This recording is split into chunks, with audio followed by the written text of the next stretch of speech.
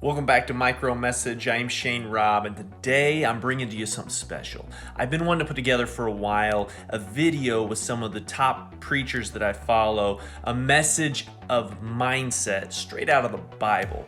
So we're going to go through, we're going to listen to a little Stephen Furtick, we're going to hit a little Joel Osteen, we're going to hit some T.D. Jakes, and we're going to end with some Craig Groeschel. So if you're ready for this, let's dive in. You can't receive new miracles with old mindsets. Anything that is in the way of me being who I need to be in this season, get it out of my heart, get it out of my mind, get it out of my habits. You can have it, God.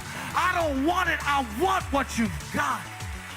Don't limit yourself by labels. The I ams that are coming out of your mouth will bring either success or failure. All through the day, the power of I am is at work. Many times we use the power of I am against us. We don't realize how it's affecting our future. Here's the principle. What follows the I am will always come looking for you. That's why you have to be careful what follows the I am. Don't ever say, I am so unlucky, I never get any good breaks. You're inviting disappointments. I am so broke. I am so in debt. You are inviting struggle. You're inviting lack.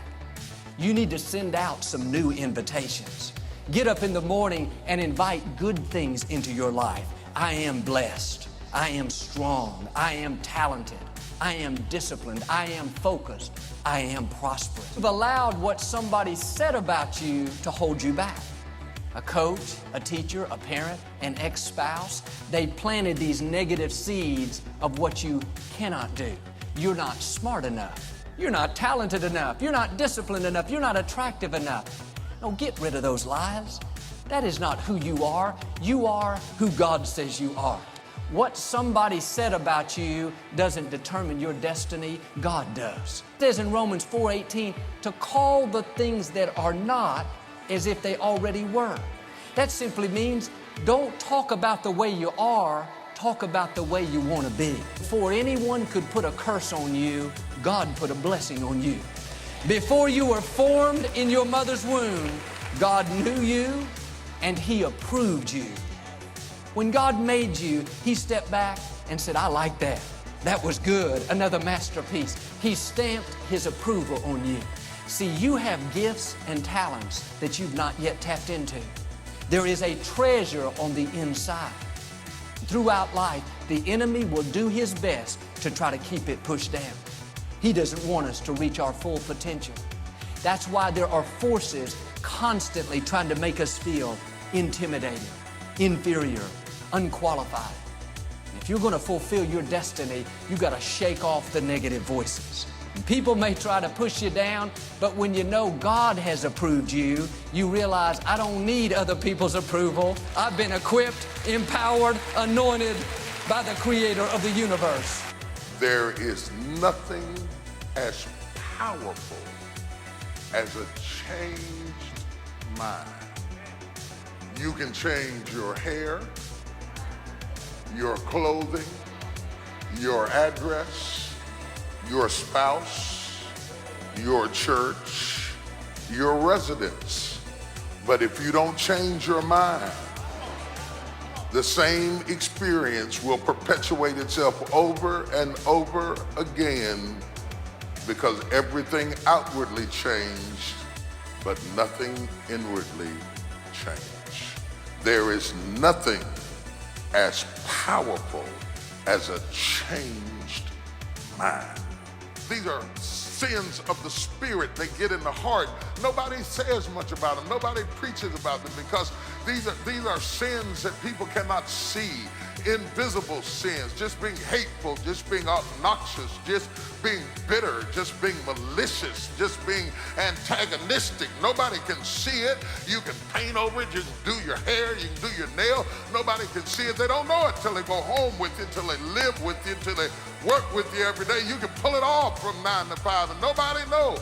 that you're secretly a hater. I've seen them sit right at the table and clap when you stood up and secretly be planning your demise. You can't judge by what people do alone and how they act on the outside, because if there's not a change on the inside, the outside can say one thing and the inside can say another. Don't you understand that Judas was at every praise service?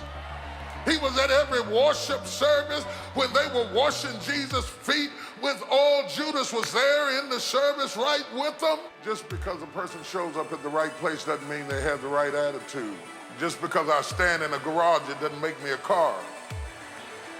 Just because I go to church doesn't make me a Christian. These are sins of the heart. And he says that they will spoil you. I've seen people who had the education to go up, they had the gifting to go up, they had the talent to go up, didn't have the right attitude. And eventually, if that attitude, if that heart, if that invisible part isn't right, you can have all the talent in the world, but you will always end up getting spoiled by your own attitude. Yes, you'll get the opportunity. Yes, you'll get the job. Yes, you'll get the deal, but you won't be able to keep it because your attitude will corrupt every opportunity that life offers you. I never saw it coming. Life will tempt you to become bitter. Either your troubles make you better or they make you bitter. So you have to always watch your attitude. You have to look at what's growing up in your heart. Look at not what you said because you've been taught to be polite. Look at what you was thinking.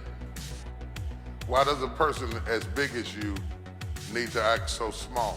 So sins of the heart, sins that get in the heart, can live the longest and not be detected because they go unseen.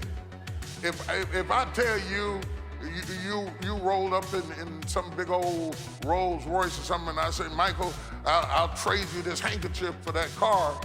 I didn't trick you. You're just stupid. And I want to warn you against making permanent decisions over temporary situations. That's a good place for you to write, this too shall pass. Hunger will pass. You'll get another opportunity. Frustration will pass. You'll get another opportunity. Loneliness will pass. You'll get another opportunity. But the enemy offers you a trick. The trick is not to be glorified. It's the stupidity you have to watch out for, because the trick is really not that good when you consider that you are giving away your future, giving away the next 30 years for the next 30 minutes. Because it's the truth to be told, and it seldom is. All of us, in one way or another, have done something stupid. It is not the mediocre ideology of doing something stupid, because that is common to all of us. But it is the crisis of being caught in a system of stupidity through which you cannot escape. Though you seek it with many tears, you feel trapped to repeat the same mistake over and over and over again, and you don't know how to get out. The difference between us is not that we haven't done something stupid, we've all admitted, but some of us get stuck on stupid. If you go on a computer, they have on a computer what they call default settings. So whether you're in Microsoft or whatever it is, whatever program it is, or any kind of program, it has a default. The default sets in the computer some principles and ideas to which the computer is committed.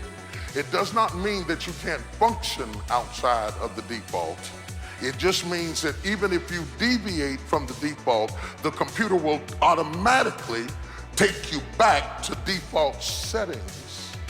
And if you don't want it to do that, it's more than changing the font, you have to change the default. Lord, why do I keep going through the same things over and over again? I go to church now, I tithe now, I shout now, I leap now, and the Lord sent me here to tell you it's no problem with your sentence, The problem is with your default. Until you change your default, you will always go back to being who you were before because you have never changed your mind. You change your friends, you change your address, you change your phone number, you change the songs you sing, you changed everything else, but you didn't change your mind. There is nothing as powerful as a changed mind. A changed mind.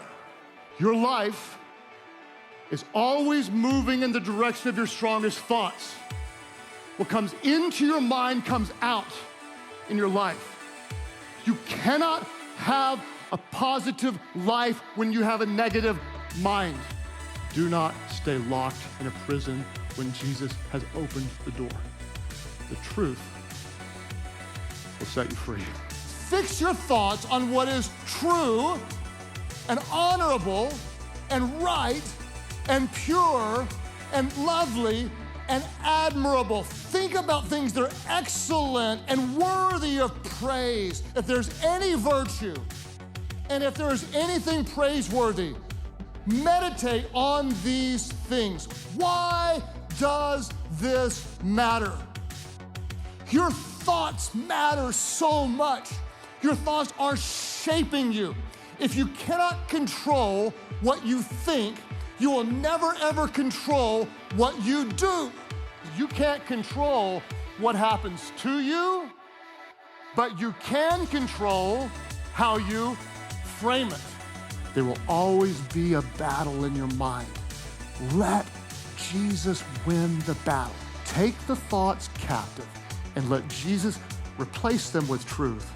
Because when you know the truth will set you